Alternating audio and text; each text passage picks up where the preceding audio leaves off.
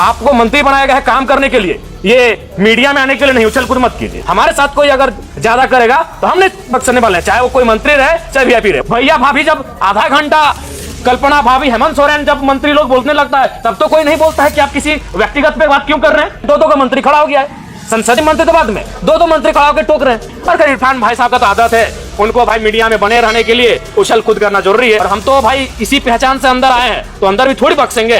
अच्छा बताइए इस गाना में क्या आपत्ति है भाई? लेकिन ये नहीं ठीक है मान्य जी, मेरी बात सुनिए, आपका भी कहना सही है। हम पहली बार चुन के आए हैं कि हमको मालूम है कि गुनगुनाना नहीं चाहिए। हम किससे सीखेंगे? हम तो देख रहे हैं सीपी सिंह जी शायरी पढ़ रहे हैं, सब मंत्री शायरी पढ़ रहे हैं, हिंदी वाला हिंदी में, उर्दू वाला उर्दू में शायरी पढ़ रहे हैं। तो हम जब शायरी माइंड है तो गाना भी गा सकते हैं। हम नया मेंबर हैं, सीधी बात है। तो वही हमने कहा कि अध्यक्ष महोदय अगर बोल गुनगुनाना नहीं चाहिए तो संसदीय मंत्री खड़ा होकर जब उनका बारी आएगा बोल देते कि जयराम बाबू बोल गुनगुनाना नहीं है, हम अगला बार जब मेरा भाषण होगा हम बोल नहीं गुनगुनाएंगे।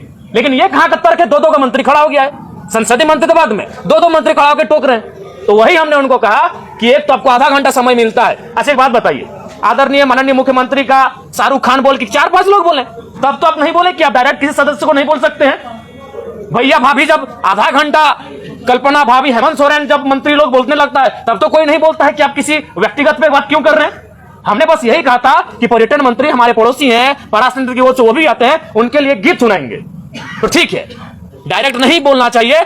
उनको आधा घंटा का समय मिलता है, आप 30 सेकंड बोलते हैं कि माननीय जयराम बाबू नए सदस्य हैं, अगला बार इस बात का ध्यान रखेंगे। फिर अगर हम दोहराते आप टोकते।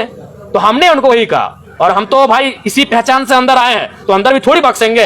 हमारे साथ हमारे समय में कोई कटौती करेगा, हमारे साथ कोई अगर ज्यादा करेगा तो हमने बख्शने वाले हैं, चाहे वो कोई मंत्री रहे चाहे वीआईपी रहे। वही हमने कहा बैठे चुपचाप। आप मंत्री ट्रेजरी बेंच पर बैठे चुपचाप बैठिए, आपको मंत्री बनाया गया है काम करने के लिए, ये मीडिया में आने के लिए नहीं। उछल कूद मत कीजिए।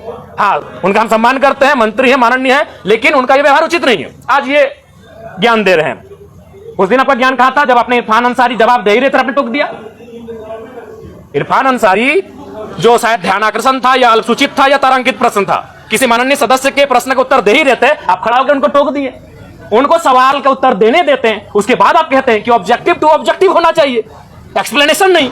तब आपका संसदीय, अरे भाई नया चूंकि वित्त मंत्री जी अभी इलाज के लिए गए हैं, संसदीय मंत्री इनको प्रभार मिला है, तो हमारे बड़े भाई माननीय भी उछल कूद करने लगे हैं, अपने आप को सदन से ऊपर ये लोग समझने लगे हैं। और फिर इरफान भाई साहब का तो आदत है, उनको भाई मीडिया में बने रहने के लिए उछल कूद करना जरूरी है। जिस दिन उनका बजट पारित होगा उस दिन तो बोलेंगे ही, और बाकी दिन भी हल्ला लोगों को टोकना ही उनका परंपरा बन चुका है। बोलना हम यही चाहते थे, पर्यटन का बात था। हम मधु मंसूर जो पद्म श्री विजेता है, हम उनका एक 4-5 लाइन का बोल था उसको सुनाना चाहते थे। जयराम जी तो आपको क्यों लग रहा है ऐसा क्यों हो रहा है? आप एक अपने दम जी पे अकेला आसपास विधायक बिल्कुल वही कारण है, उनको वही कारण है कि पूरा राज्य जयराम महतो को सुनता है।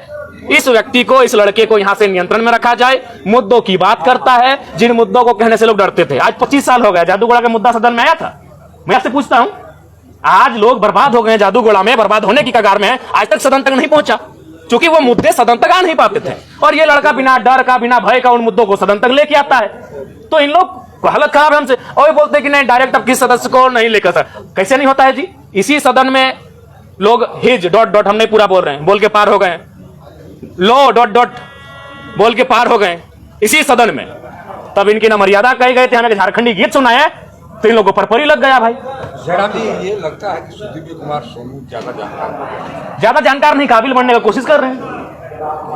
लगता है कि उनसे बेहतर इस राज्य में कोई है ही नहीं जो संसदीय प्रणालियों को जानता है, जो संसदीय व्यवस्थाओं को जानता है। क्योंकि पर्यटन का बजट था तो इस गीत का संबंध पर्वत पहाड़ से है, नदी नाला से है, और पर्यटन का संबंध नदी नाला पर्वत पहाड़ से है। और हम किससे सीखेंगे? मेरा सवाल, हम किससे सीखेंगे? हम जब सदन में पहली बार आए तो हमने देखा सभी मंत्रियों ने शायरी पढ़ा, सभी मंत्रियों ने कविताओं को पढ़ा, तो हमने भी प्रयास किया। शायरी तो पूछना था कि कोई सवाल था? नहीं, हम इस गीत के माध्यम से झारखंड के पर्यटन को बढ़ावा देने पर चर्चा कर रहे थे। इस गीत के माध्यम से झारखंड के पर्यटन पर हम अपना राय दे रहे थे कि आप अगर पर्यटन पे फोकस करें, पर्यटन पे अगर डेवलपमेंट की बात करें, तो कृषि के बाद, उद्योग के बाद और सरकारी नौकरियों के बाद युवाओं को हम पर्यटन की दिशा में लगा सकते हैं, क्योंकि झारखंड में सबसे सुंदर पर्यटन का माहौल और विकल्प हम लोग तलाश सकते हैं।